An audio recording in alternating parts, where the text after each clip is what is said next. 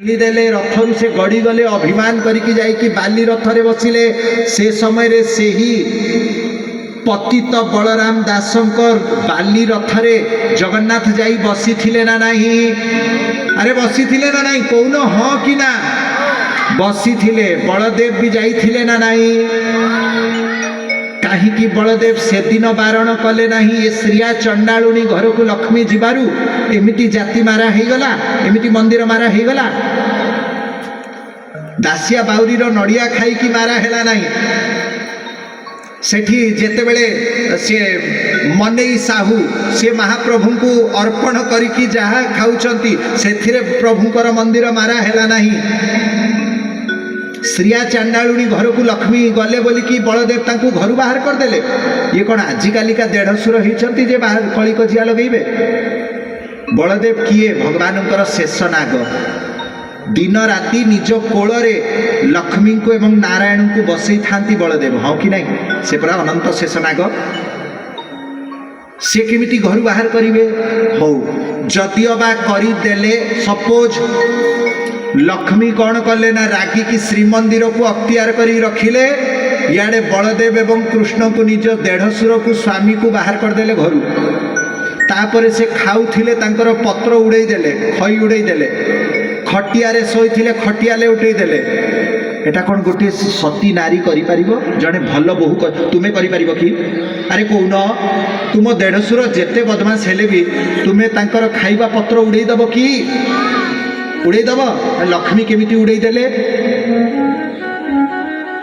अच्छा जदि भी उड़े देले धरा जाऊ स्वामी स्त्री रो झगड़ा हेई गला, सपोज झगड़ा हेई गला, से घटना को हजार हजार वर्ष बीती जीवा परे सबुदिन गुरुवार दिन सकाळु गाधे पाधे लक्ष्मी को सजई दे। मालो तू परा सेई जे देढ़सुर रो खटिया लौटई थिलु, तू परा सेई जे तांकर पत्र उड़ई थिलु। मा गो मु तते शरण हेली। ये कथा सुनी कि लक्ष्मी खुशी हेबे ना रागिबे? अरे कौन छोट छुआ कहनी, छोट छुआ तो निर्मल मन से ठीक कथा कह, बुढ़ी माने कहतु लक्ष्मी रागिबे ना खुशी हेबे? हाँ रागिबे नी? रागिबे। धरा जाऊ को स्वामी स्त्री रो झगड़ा हे जाए, लो तोर स्वामी को जो तो गुड़े गुड़े पिटी थिलु मन अच्छे से कथा मन पकेले स्त्री कौन कर आहरी रागी जीवन बोले तुम शत्रु न तुम मित्र से कथा कौन बारंबार तू पकाउछु बाट घाट दांडरे।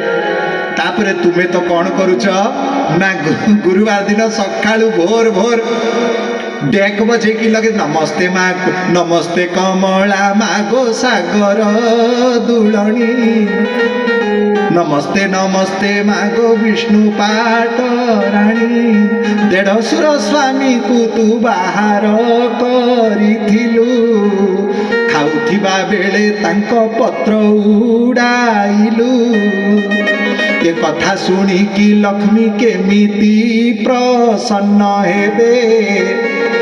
सेई दोषरु जो ओडिशा सत्यम भाई सुन, जो ओडिशा लिंगराज मंदिर तैयारी करिथिले, जो ओडिशा रे श्रीमंदिर रे 60 कोटी भोग होता है, जो ओडिशा रे विश्वर सबुठु बड़ रथ तैयारी है, सबुठु बड़ रोषशाल थिला, जो ओडिशा रे विश्वर सबुठु बड़ सबुठु प्राचीन अन्न भंडार आनंद बजार थिला, जो ओडिशा रे विराट बड़ बड़ सदावर्त मठ एमार मठ आदि विशाल मठ परंपरा थिला, जो ओडिशार प्रत्येक गाँव रे कोण अनुकोण रे कौठी गोपीनाथ थिबे, कौठी त्रिपुरारी थिबे, लोक माने सहर्ष रे खुशी रे हजार हजार एकड़ संपत्ति प्रत्येक गाँव मंदिर को दान करुथिले।